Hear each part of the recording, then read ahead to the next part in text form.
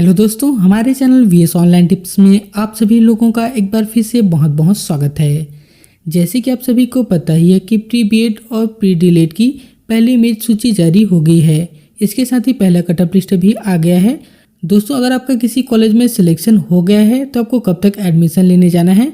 अगर आपको उस कॉलेज में एडमिशन नहीं चाहिए, अगर आपको कॉलेज चेंज कराना है तो आप कैसे करेंगे, कब दोस्तों आपको एक्सेप्ट करना होगा, कब आपको रिजेक्ट करना होगा। इसके साथ ही दोस्तों, अगर आपका सिलेक्शन किसी भी कॉलेज में नहीं हुआ है तो आगे आपको क्या करना होगा, पूरी जानकारी आपको इस वीडियो में हम देने वाले हैं। तो चलिए वीडियो शुरू करते हैं। सबसे पहले यहाँ पर बात करें बीएड या डीएलएड की काउंसलिंग स्टेज की, तो यहाँ पर देखेंगे तो बीएड या डीएलएड की जो काउंसलिंग है यहाँ पर 3 स्टेज में कराया जाता है। अब यहाँ पर प्रत्येक की स्टेज में यहाँ पर 2-2 लिस्ट जारी किए जाते हैं। अब यहाँ पर देखेंगे तो पहले जो स्टेज है उसमें 2 लिस्ट जारी होंगे। उसी प्रकार से सेकेंड स्टेज में भी 2 लिस्ट जारी होंगे और थर्ड स्टेज में भी यहाँ पर 2 लिस्ट जारी होने वाले हैं। अगर बात करें तो 3 स्टेज में टोटल यहाँ पर 6 मेरिट लिस्ट आने वाले हैं। इसके बाद भी अगर सीट खाली रह जाती है तो यहाँ पर जो है कॉलेज स्तर की काउंसलिंग कराई जाती है। तो चलिए अब दोस्तों बात कर लेते हैं कि ऐसे कैंडिडेट की जिनका यहाँ पर जो है नाम पहले लिस्ट पे नहीं आया हुआ है, यानी कि जब आप सर्च कर रहे हैं तो यहाँ पर नॉट रिकॉर्ड फाउंड बता रहा है, तो आगे आपको क्या करना होगा। तो दोस्तों ऐसे सभी कैंडिडेट को भी कोई भी टेंशन नहीं लेना है, क्योंकि यहाँ पर देखेंगे तो अभी केवल पहला जो है लिस्ट जारी हुआ है। उसके बाद इसमें दावापत्ती किया जाएगा। दावापत्ती के बाद देख सकते हैं आपका फाइनल लिस्ट है 19 तारीख को जारी किया जाएगा। इसके बाद यहाँ पर पहले राउंड की सेकेंड लिस्ट है, देख सकते हैं 26 तारीख को यहाँ पर जारी किया जाएगा। अगर दोस्तों इसमें भी अगर आपका सिलेक्शन नहीं होता है तो सेकेंड राउंड की काउंसलिंग देख सकते हैं। सेकेंड राउंड काउंसलिंग की जो फर्स्ट लिस्ट है यहाँ पर देख सकते अक्टूबर को यहाँ पर जारी किया जाएगा। इसमें भी अगर आपका सिलेक्शन नहीं होता है तो सेकेंड राउंड के यहाँ पर सेकेंड लिस्ट है वह भी जारी की जाएगी। उसका डेट देखेंगे अक्टूबर दिया गया है। इस प्रकार से देख सकते हैं 2 चरण की काउंसलिंग में यहाँ पर 4 लिस्ट जारी होंगे। इसके बाद भी दोस्तों यहाँ पर थर्ड राउंड की काउंसलिंग कराई जाती है, उसमें भी 2 लिस्ट आपकी जारी होने वाली है। यानी कि अगर आपका नंबर कम है तो दोस्तों यहाँ पर काफ़ी लिस्ट जारी होते हैं, तो आपको टेंशन नहीं लेना है। अगर आपका नंबर ठीक ठाक है तो किसी न किसी लिस्ट पे आपका नाम आ जाएगा। जितने भी यहाँ पर लिस्ट जारी होते हैं, जो कटअप लिस्ट है वह कम होती जाती है। चलिए दोस्तों अब जान लेते हैं कि अगर आपका सिलेक्शन किसी कॉलेज में हो गया है, अगर आप उस कॉलेज में एडमिशन नहीं लेना चाहते, आपको दूसरा कॉलेज चाहिए, उस कंडीशन में आप क्या करेंगे। दोस्तों अभी आप देखेंगे तो केवल पहला लिस्ट जारी हुआ है या फाइनल लिस्ट नहीं है, इस पे दावापत्ती किया जाएगा। दावापत्ती होने के बाद 19 सितंबर को आपका पहला और फाइनल लिस्ट जारी किया जाएगा।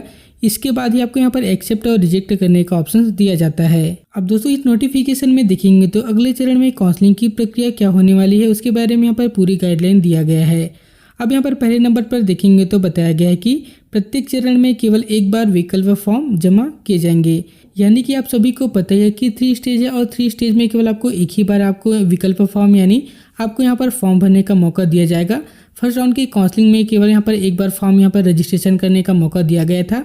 उसी प्रकार से सेकेंड राउंड की काउंसलिंग में भी आपको केवल एक ही बार रजिस्ट्रेशन फॉर्म भरने का मौका दिया जाएगा और थर्ड राउंड की काउंसलिंग में भी आपको केवल एक ही बार रजिस्ट्रेशन फॉर्म भरने का मौका दिया जाएगा।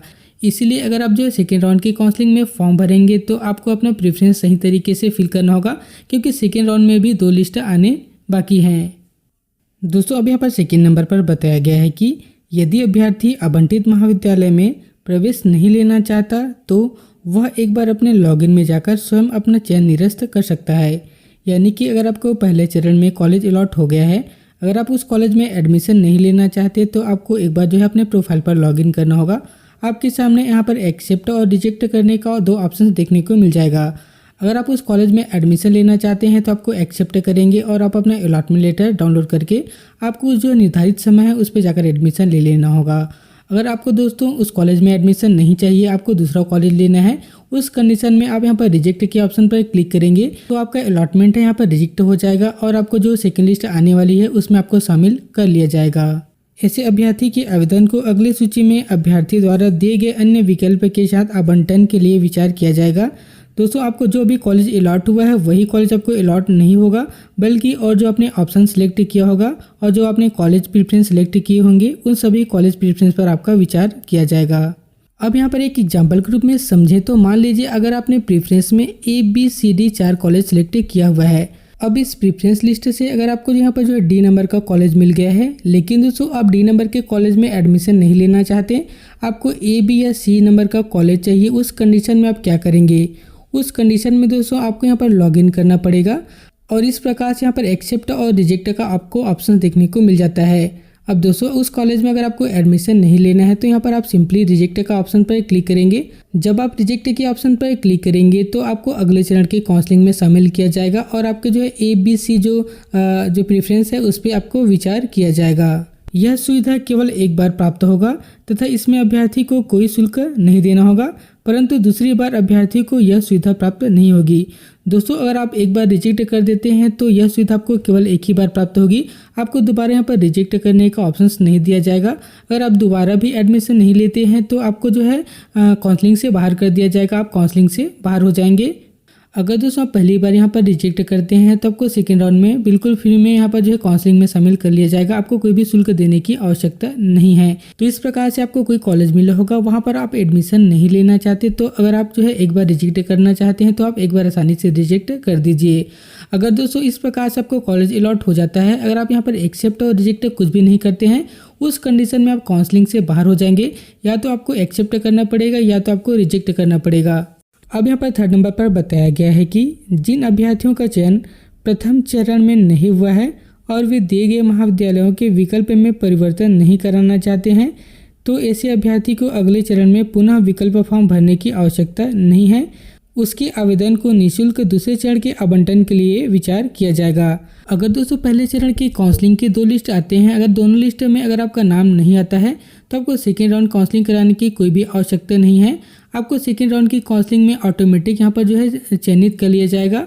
ना तो आपको दोबारा फॉर्म भरने की आवश्यकता है, ना ही आपको फीस पटाने की आवश्यकता है। लेकिन दोस्तों सेकेंड राउंड की काउंसलिंग में अगर आप अपने प्रीफरेंस में चेंज कराना चाहते हैं, उस कंडीशन में आपको दोबारा पेमेंट करना पड़ेगा। जब आप दोबारा पेमेंट करेंगे तभी आप अपने कॉलेज के प्रीफरेंस में चेंज कर सकते हैं।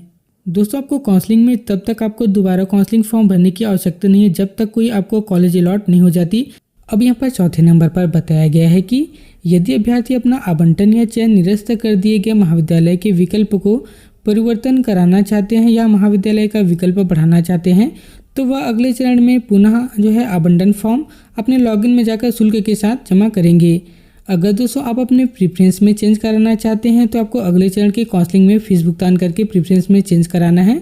यदि किसी अभ्यर्थी का चयन प्रथम चरण की द्वितीय सूची में हुआ था और उसने प्रवेश नहीं लिया और वह एक बार अपना चयन निरस्त कराया है तो उसके आवेदन को दूसरे चरण में निःशुल्क विचार किया जाएगा।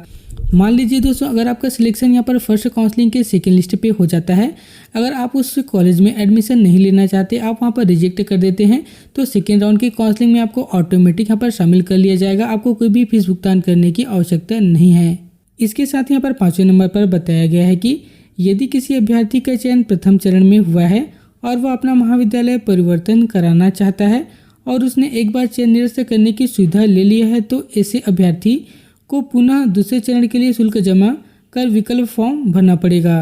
मान लीजिए दोस्तों अगर आपका चयन पहले चरण की काउंसलिंग में हो गया है, यानी कि जो दोनों लिस्ट आई थी, अगर आपने पहले लिस्ट को रिजेक्ट कर दिया उसके बाद सेकेंड लिस्ट पे भी आपका नाम आ जाता है, अगर वहाँ पर आप एडमिशन नहीं लेते हैं तो उस कंडीशन में आप जो है सेकेंड राउंड की काउंसलिंग में भाग नहीं लेंगे, आपको वहाँ पर जो है बाहर कर दिया जाएगा। इसके लिए दोस्तों आपको क्या करना है, तो उसके लिए आपको जो है सेकेंड राउंड की काउंसलिंग में एक नया फॉर्म भरना पड़ेगा, तभी आप सेकेंड राउंड की काउंसलिंग में भाग ले सकते हैं। आगे बताया गया है कि जो अभ्यर्थी प्रक्रिया में नॉट रिस्पॉन्डेड या किसी अन्य कारण से बाहर हो गए हैं वे अगले चरण में दोबारा शुल्क भुगतान कर पंजीयन कराना होगा।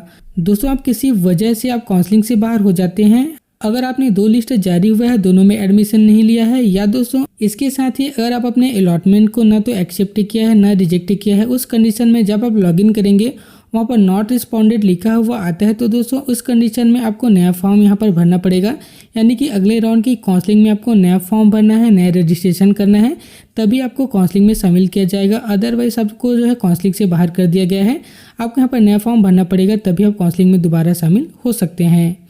अब यहाँ पर आगे बताया गया है कि आवंटित महाविद्यालय में प्रवेश लेने के बाद अभ्यर्थी पुनः पंजीयन या विकल्प फॉर्म जमा नहीं कर सकता है। अगर आपको कोई कॉलेज अलॉट हो गया है, अगर आप वहाँ पर एडमिशन ले लिए हैं तो दोस्तों आपको यहाँ पर जो है कोई भी यहाँ पर फॉर्म नहीं भरना है, ना तो आपको काउंसलिंग में यहाँ पर शामिल होना है। अब यहाँ पर लास्ट में बताया गया है कि यदि 2 चरण के आवंटन प्रक्रिया के बाद भी सीटें रिक्त रह जाती है तो तृतीय चरण का यहाँ पर जो है आवंटन प्रक्रिया ऑनलाइन किया जाएगा। तृतीय चरण के लिए यहाँ पर कार्यक्रम जो दिशा निर्देश अलग से जारी करने की बात यहाँ पर ACERT के साइट पर की गई है। दोस्तों फर्स्ट राउंड और सेकेंड राउंड की काउंसलिंग के बाद भी अगर खाली सीट बच जाते हैं उसके लिए यहाँ पर थर्ड राउंड की काउंसलिंग कराई जाएगी। उस थर्ड राउंड के काउंसलिंग में भी 2 लिस्ट जारी होंगे।